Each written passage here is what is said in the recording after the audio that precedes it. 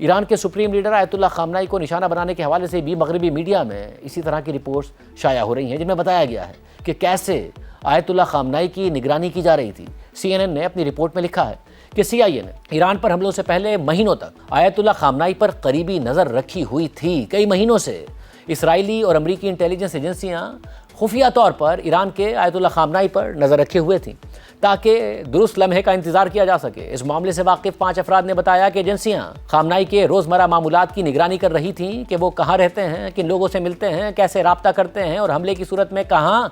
پناہ لے سکتے ہیں۔ یہ ایجنسیاں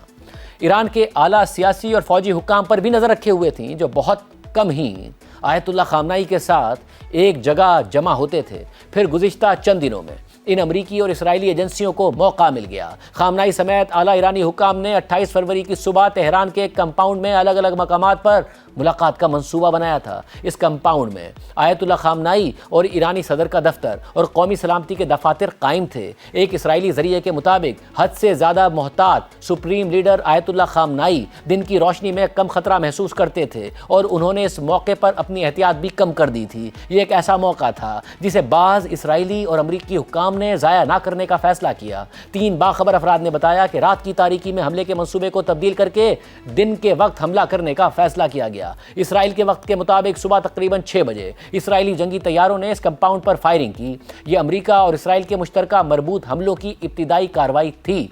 ذرائع کے مطابق ان طیاروں کے پاس انتہائی درست نشانہ لگانے والے ہتھیار اور طویل فاصلے تک مار کرنے والے میزائل موجود تھے۔ کمپاؤنڈ میں موجود مختلف رہنماؤں کے تینوں مقامات کو بیک وقت نشانہ بنایا گیا اور چند گھنٹوں بعد صدر ٹرمپ نے اعلان کر دیا کہ خامنائی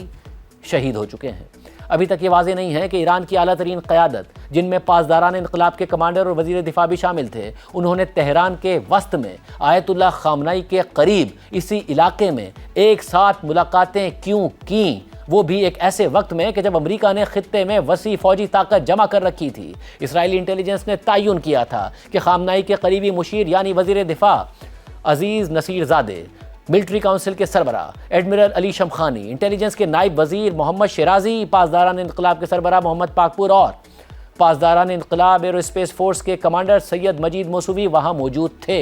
اس آپریشن نے واضح کر دیا کہ گزشتہ چند مہینوں میں ایران کے اندر اسرائیل اور امریکی انٹیلیجنس کس قدر گہرائی تک پہنچ چکی تھی اور جب موقع ملا تو دونوں ممالک کتنی تیزی سے کارروائی کے لیے تیار تھے۔ ایک اسرائیلی فوجی اہلکار نے بتایا کہ اسرائیل باقاعدگی سے اپنے اہم مخالفین کے تمام رہنماؤں کی کسی نہ کسی طریقے سے نگرانی کرتا ہے۔ CNN کے مطابق اسرائیل بارہا ثابت کر چکا ہے کہ اس کی انٹیلیجنس سروسز ایران کے اندر کس حد تک صلاحیت کر چکی ہیں، جہاں اس نے اعلیٰ فوجی افسران اور جوہری عہدیداروں کو قتل کیا ہے۔ لیکن جون میں اسرائیل اور ایران کے درمیان 12 روزہ جنگ کے بعد اسرائیل کے وزیر دفاع نے خود تسلیم کیا تھا کہ اسرائیل کو ایران کے سپریم لیڈر آیت اللہ خامنائی کو نشانہ بنانے کا عملی طور پر موقع کبھی نہیں ملا۔ لیکن اس بار صورتحال مختلف بنتی دکھائی دے رہی تھی۔ اسرائیل اور امریکہ کئی ہفتوں سے مشترکہ طور پر اس آپریشن پر کام کر رہے تھے۔ امریکی اخبار نیو یارک ٹائمز نے CNN کی رپورٹ کی تصدیق کرتے ہوئے امریکی اور اسرائیلی انٹیلیجنس سے متعلق مزید انکشافات کیے ہیں اور لکھا ہے کہ ایران کے سپریم لیڈر کو اس غیر معمولی تیزی کے ساتھ منظر عام سے ہٹایا جانا اس بات کی عکاسی کرتا ہے کہ حملے سے پہلے کے عرصے میں امریکہ اور اسرائیل کے درمیان قریبی ہم آہنگی اور انٹیلیجنس کے تبادلے کی کتنی گہری سطح موجود تھی، اور یہ بھی کہ خاص طور پر گزشتہ سال کی 12 روزہ جنگ کے بعد دونوں ممالک نے ایرانی قیادت کے بارے میں کتنی گہری معلومات حاصل کر لی تھی۔ انٹیلیجنس سے آگاہ افراد کے مطابق CIA نے اپنی معلومات اسرائیل کو فراہم کی، جن میں آیت اللہ خامنائی کے مقام کے بارے میں انتہائی درست تفصیلات شامل تھیں۔ امریکی اور اسرائیلی حکومتوں نے اصل میں اندھیرے کی آڑ میں رات کے وقت حملہ کرنے کا منصوبہ بنایا تھا، لیکن ہفتے کی صبح تہران کے سرکاری کمپاؤنڈ میں ہونے والے اجتماع سے متعلق معلومات سے فائدہ اٹھانے کے لیے وقت میں تبدیلی کرنے کا فیصلہ کیا گیا۔ طیاروں کے اڑان بھرنے کے 2 گھنٹے اور 5 منٹ بعد تہران کے وقت کے مطابق تقریباً صبح 9:40 پر طویل فاصلے تک مار کرنے والے میزائلوں نے کمپاؤنڈ کو نشانہ بنایا۔ حملے کے وقت ایرانی قومی سلامتی کے اعلیٰ حکام کمپاؤنڈ کی ایک عمارت میں موجود تھے، جبکہ آیت اللہ خامنائی قریب ہی ایک دوسری عمارت میں موجود تھے۔ گزشتہ جون میں جب ایران کے جوہری اہداف پر حملے کی منصوبہ بندی جاری تھی تو صدر ٹرمپ نے دعویٰ کیا تھا کہ امریکہ جانتا تھا کہ آیت اللہ خامنائی کہاں چھپے ہوئے ہیں اور انہیں قتل کر سکتا تھا، مگر نہیں کیا۔ ایک سابق امریکی اہلکار نے بتایا کہ وہ انٹیلیجنس اسی نیٹ ورک پر مبنی تھی جس پر امریکہ نے 28 فروری کے دن بھی انحصار کیا، لیکن گزشتہ سال جون کے بعد سے امریکہ جو معلومات جمع کرنے میں کامیاب ہوا ہے وہ مزید بہتر ہو چکی ہیں۔ اس 12 روزہ جنگ کے دوران امریکہ نے یہ بھی سیکھا تھا کہ دباؤ کے وقت سپریم لیڈر اور پاسداران انقلاب کس طرح آپس میں رابطے کرتے ہیں اور کیسے نقل و حرکت کرتے ہیں۔ سابق اہلکار نے کہا کہ امریکہ نے اس معلومات کو استعمال کرتے ہوئے آیت اللہ خامنہئی کا سراغ لگانے اور ان کی نقل و حرکت کی پیش گوئی کرنے کی اپنی صلاحیت کو مزید بہتر بنایا۔ آپریشن سے واقف افراد کے مطابق امریکہ اور اسرائیل نے اہم ایرانی انٹیلیجنس افسران کے مقامات کے بارے میں بھی مخصوص معلومات جمع کر لی تھیں۔ 28 فروری کو ایرانی قیادت کے کمپاؤنڈ پر حملے کے بعد ہونے والے حملوں میں ان مقامات کو بھی نشانہ بنایا گیا جہاں انٹیلیجنس رہنما مقیم تھے۔ بی بی سی اردو نے امریکہ اور اسرائیل کی جانب سے سید علی خامنہئی تک پہنچنے کے ذرائع کے حوالے سے لکھا ہے کہ یہ ممکن ہے کہ ایران میں موجود کوئی انسانی ذریعہ آیت اللہ خامنہئی کی نقل و حرکت کی اطلاع دے رہا ہو، تاہم زیادہ امکان اس بات کا ہے کہ اہم ایرانی عہدیداروں کی تکنیکی بنیادوں پر نگرانی کی جا رہی تھی۔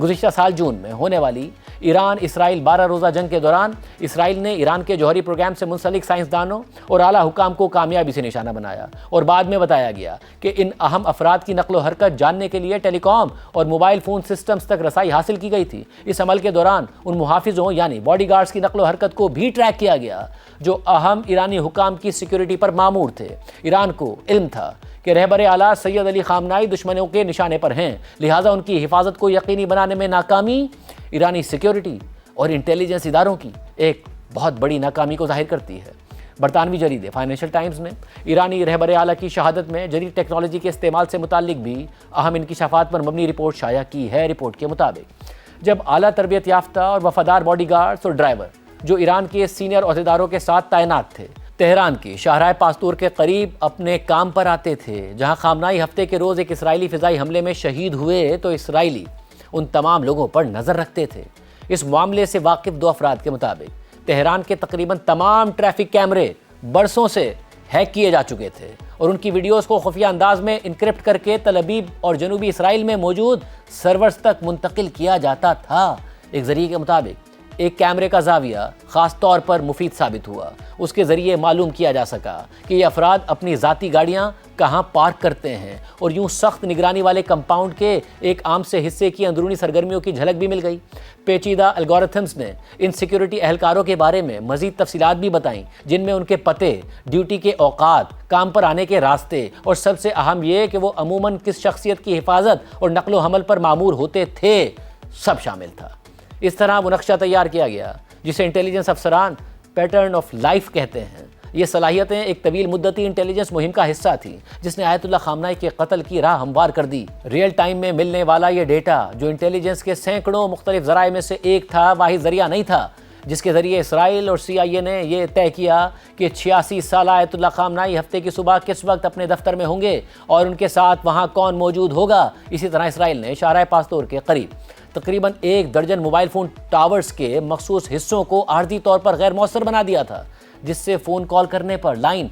مصروف محسوس ہوتی تھی تاکہ خامنہئی کے حفاظتی دستے کو ممکنہ وارننگ موصول ہی نہ ہو سکے اور کال کرنے پر ان کا نمبر مصروف آئے۔ ایک اسرائیلی انٹیلیجنس افسر نے بتایا کہ بام گرنے سے بہت پہلے ہم تہران کو اسی طرح جانتے تھے جیسے ہم یروشلم کو جانتے ہیں، اور جب آپ کسی جگہ کو اس طرح جانتے ہوں، اس حد تک جانتے ہوں جیسے اپنی بچپن کی گلی کو جانتے ہیں، تو ایک معمولی سی غیر معمولی چیز بھی فوراً نظر آ جاتی ہے۔ اسرائیلی فوجی ریزرو کے بریگیڈیئر جنرل اور انٹیلیجنس ڈائریکٹوریٹ کے 25 سالہ تجربہ کار افسر نے بتایا کہ اسرائیل نے بیرون ملک سینکڑوں افراد کو قتل کیا ہے، جن میں عسکریت پسند رہنما، جوہری سائنسدان، کیمیکل انجینئرز اور بہت سے بے گناہ شہری بھی شامل ہیں۔ خامنہئی اپنے اتحادی حسن نصر اللہ کے برعکس چھپ کر زندگی نہیں گزار رہے تھے۔ حسن نصر اللہ نے برسوں زیر زمین بنکروں میں گزارے اور کئی اسرائیلی قاتلانہ حملوں سے بچے رہے، یہاں تک کہ ستمبر 2024 میں اسرائیلی لڑاکا طیاروں نے بیروت میں ان کے ٹھکانے پر تقریباً 80 بام گرائے اور انہیں قتل کر دیا۔ اس کے برعکس خامنہئی نے عوامی طور پر اپنی ممکنہ شہادت کا ذکر کیا تھا